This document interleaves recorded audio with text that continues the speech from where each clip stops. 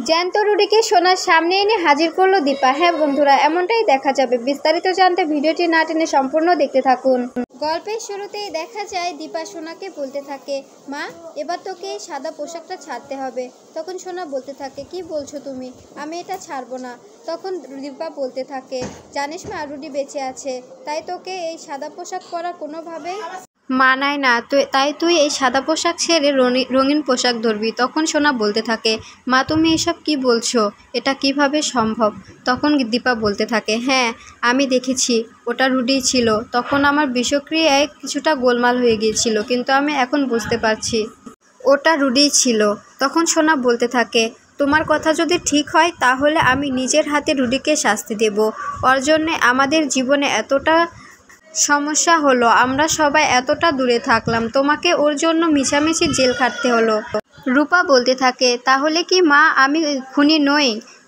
আমার আর তোমার কলঙ্ক মুছে যাবে এবার? তখনই সোনা চমকে যায় আর বলতে থাকে, তার মানে তুমি খুনি নও? মানে তুমি কি বলতে চাচ্ছ?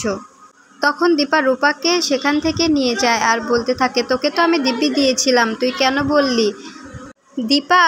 রূপার এমন কথা শুনে সোনা চমকে যায় আর বলতে থাকে, মা ওকে কিসের দিব্যি দিয়েছে? ও কি বলতে চাচ্ছে আমাকে জানতে হবে। ঠিক তখনই সেখানে কাকিয়া আসে আর বলতে থাকে, তুমি আসতে না আসতে মেয়েটাকে আবার কাঁদাচ্ছ দীপা? তখন সোনা বলতে থাকে, না মা আমাকে কাঁদাচ্ছে না, আমাকে বোঝানোর চেষ্টা করছে, আর রুডি বেঁচে আছে এটাই জানাচ্ছে আমাকে। আমি এবার সাদা কাপড় ছেড়ে রঙিন কাপড় ধরবো এবং ওকে আমি শাস্তি দেবই।